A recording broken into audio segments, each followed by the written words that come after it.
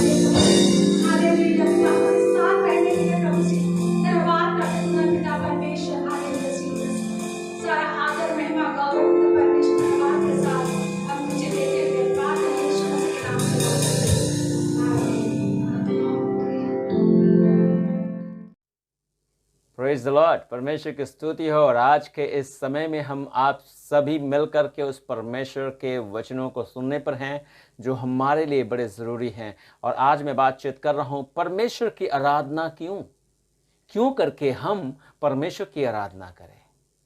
इसकी आवश्यकता क्या है कि हम अपने परमेश्वर की आराधना करें। आइए हम इस पर थोड़ा सा कुछ सीखने की कोशिश करेंगे। परमेश्वर की आराधना अगर कोई करना चाहता है तो उसे ज़रूरत है कि वो परमेश्वर को जाने, क्योंकि परमेश्वर की आराधना हमारे उस ज्ञान पर निर्भर करता है जो हम परमेश्वर के विषय में रखते हैं, कि वह कौन है, वह कैसा है, उसका गुण कैसा है, वह किसके स्वभाव का है, इत्यादि इत्यादि। परमेश्वर का प्रकाशन हमें उससे घनिष्ठता से प्राप्त होता है। जितना हम उसके साथ घनिष्ठता में, उसके संपर्क में बढ़ते हैं, उतना ही परमेश्वर का प्रकाशन हमें मिलता है। घनिष्ठता उसके साथ की संगति से आता है। जितना हम उसके साथ संगति करेंगे, जितना हम उसके साथ अपने रिश्ते को बढ़ाएंगे, उससे हम घनिष्ठ होते चले जाएंगे। और जब हम उस परमेश्वर के साथ की संगति करते हैं तो वह हमसे बोलता है, हमसे बातचीत करता है। हालेलुया। और जब परमेश्वर हमसे बोलता है तो उसका वचन हमारे लिए जीवित प्रमाणित होता है। आमीन। परमेश्वर के प्रियो, इसीलिए रोमियो की पुस्तक उसके 10 अध्याय उसके 17 पद, रोमियो की पुस्तक 10 अध्याय उसके 17 पद में परमेश्वर का वचन कहता है, क्योंकि विश्वास सुनने से और सुनना मसीह के वचन से होता है। हमारे परमेश्वर का ये वचन हमारे लिए साबित होता है कि हमारा विश्वास परमेश्वर के वचन से है। आइए हम थोड़ा और आगे बढ़े। परमेश्वर के प्रति आपकी आराधना यही दर्शाती है कि आप परमेश्वर को जानते हैं कि वह कौन है।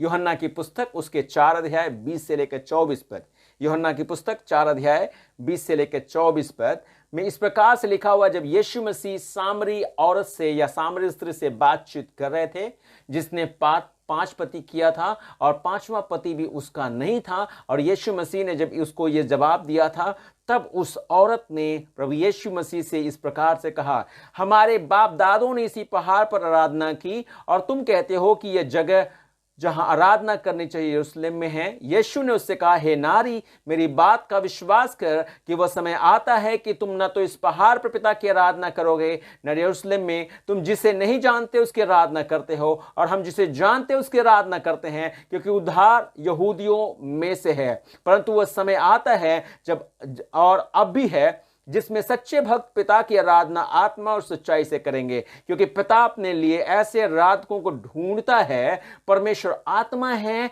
और अवश्य है कि उसकी आराधना करने वाले आत्मा और सच्चाई से आराधना करें। परमेश्वर का पुत्र यीशु मसीह उस औरत से या उस स्त्री से कहता है कि जिसे तुम नहीं जानते तुम उसकी आराधना करते हो, लेकिन मैं जिसे जानता हूं मैं उसकी आराधना करता हूं। हालेलुया। परमेश्वर की स्तुति हो, परमेश्वर की बड़ाई और परमेश्वर की इज्जत हो। आइए हम थोड़ा समय समझने की कोशिश करें कि असल में आराधना, प्रार्थना, स्तुति है क्या इनमें कोई अंतर भी है कि जस्ट आराधना, प्रार्थना, स्तुति सब एक ही जैसे है?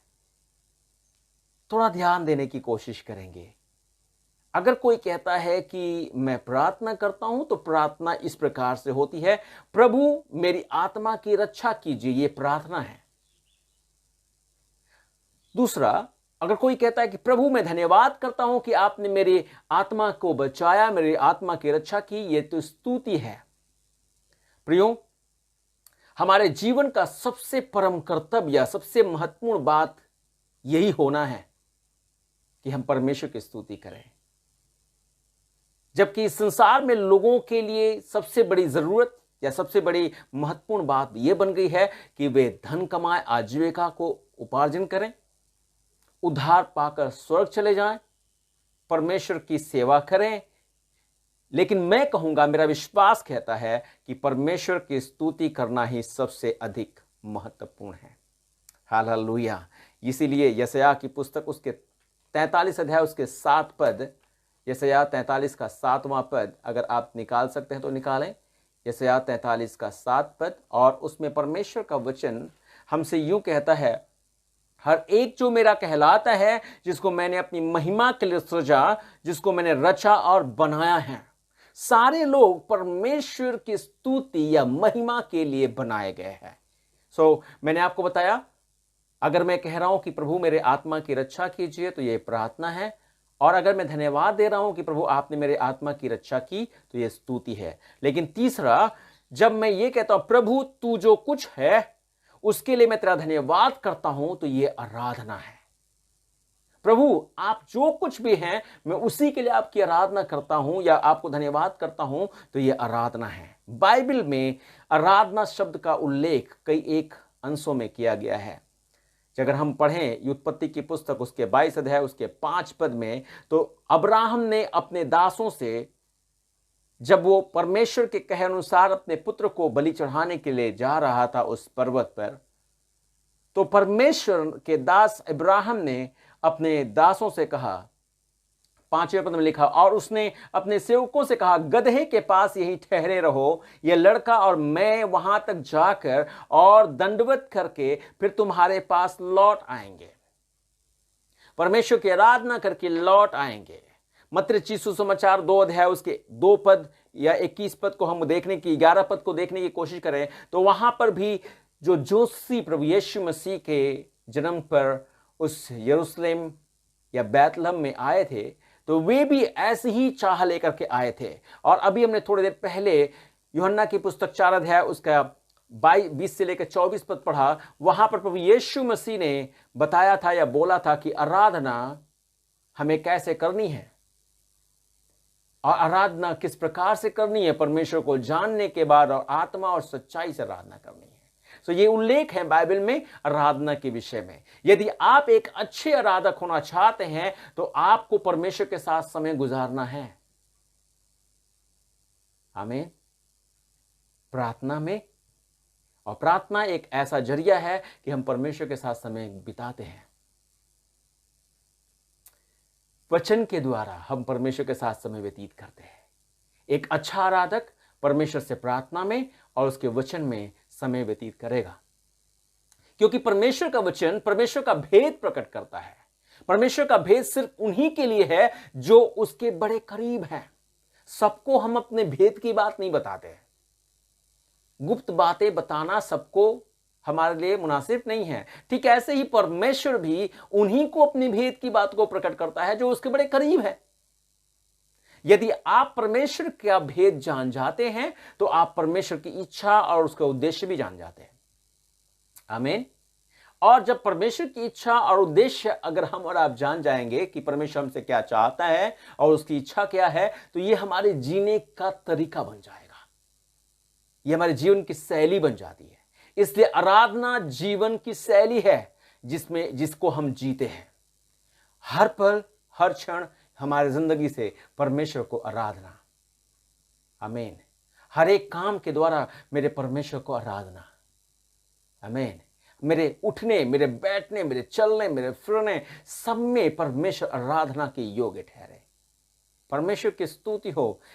ये सारी बातें तो शायद थोड़ी कठिन सी लग रही है, लेकिन मैं आपको बताऊं, आराधना 24 घंटे 7 दिन परमेश्वर के साथ के प्रेम के रिश्ते का विषय है। हमें हमेशा उसके साथ प्यार के रिश्ते में बने रहना होगा। हमें उसके साथ घनिष्ठता में और उसके और नजदीकी में बने रहने होगा। उसकी संगति में और उससे बातचीत करने में बने रहना होगा। यही तो हमारी आत्मिक जीवन की नींव है। प्रकाशन हम पर अभिषेक लाता है। जब प्रकाशन आता है तो परमेश्वर के आत्मा का अभिषेक आता है, और जब अभिषेक आता है तो जुआ टूट जाता है। हालेलुया। बेड़ियां टूट जाती हैं।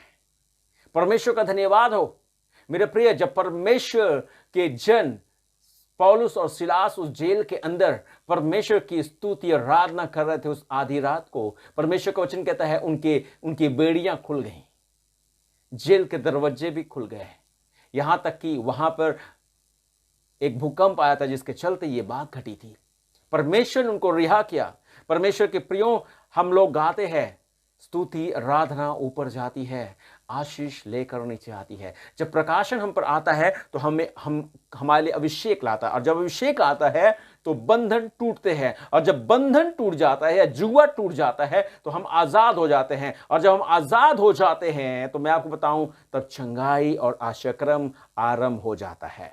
हालेलुया। परमेश्वर के प्रियो, आज हमारी आराधना, हमें आराधना करने का मतलब यही है कि हमारे और आपके जीवन में परमेश्वर का अभिषेक आने पर है। हम और आप जब आराधना करेंगे तो मेरे प्रिय, और जब हमारे ऊपर परमेश्वर का अभिषेक आएगा तो हम और आप परमेश्वर की महिमा के लिए हमारे जुए टूट जाएंगे, और जब जुआ टूट जाएगा हम स्वतंत्र होंगे और हम अपने जीवन में परमेश्वर के उन सारे आश्चर्यकर्मों को देखेंगे। यह आराधना आत्मा के कारण होता है। पवित्र आत्मा हमारी अगुवाई करता है। Praise the Lord.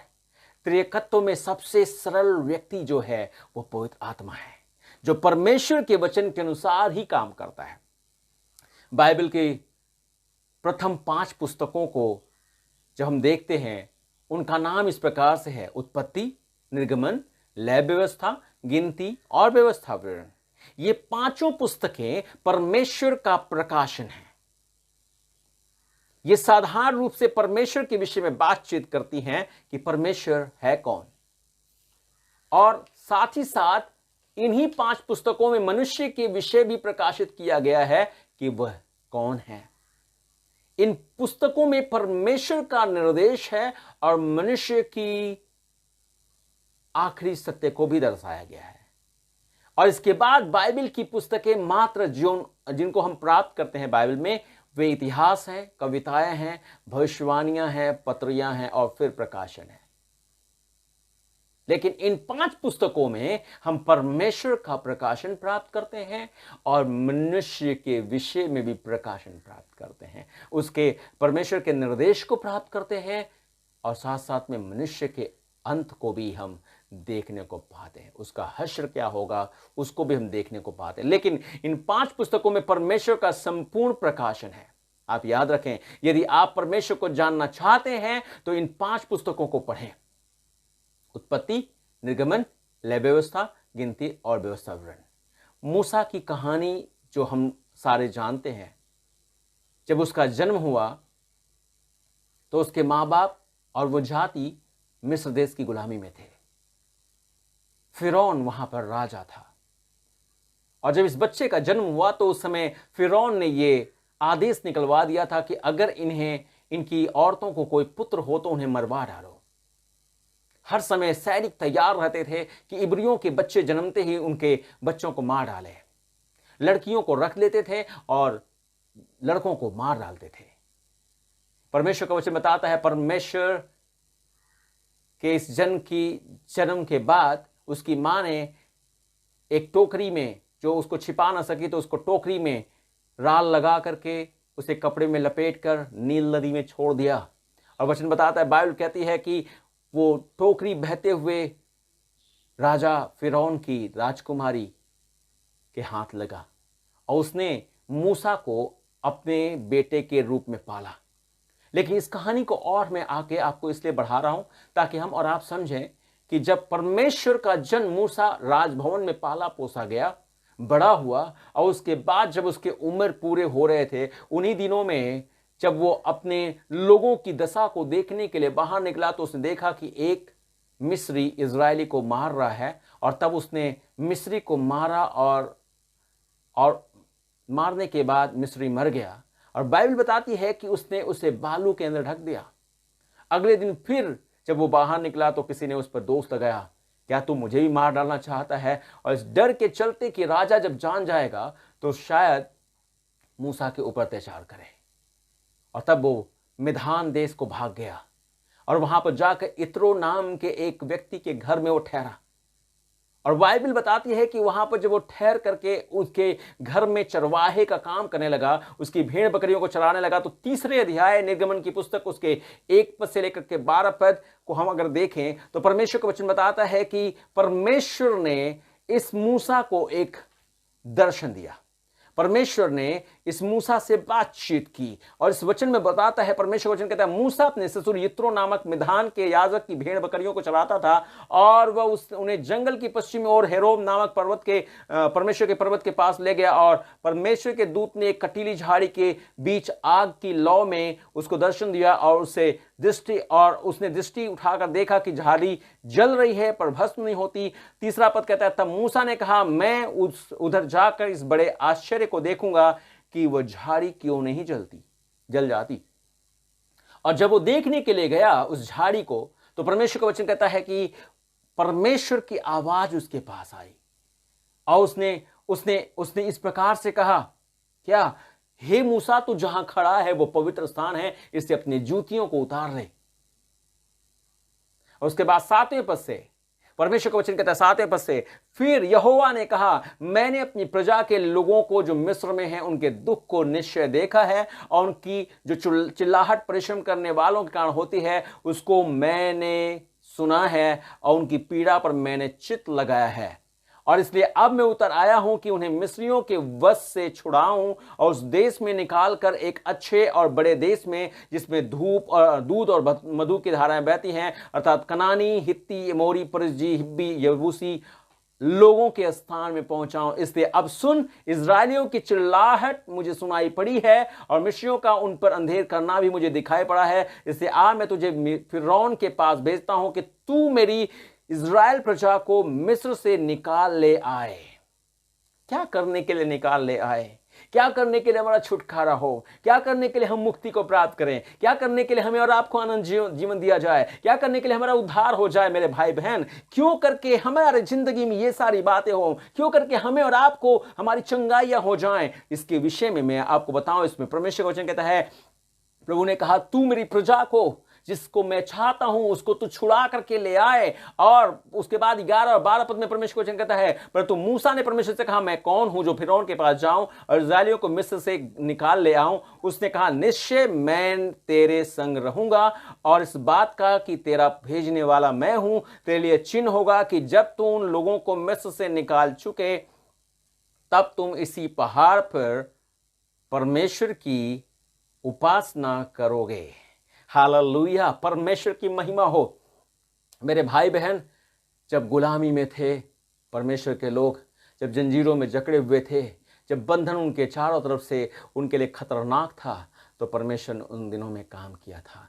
परमेश्वर इसलिए उनको छुड़ाया था और छुड़ाना चाहता था ताकि वे उसकी आराधना और उपासना करें।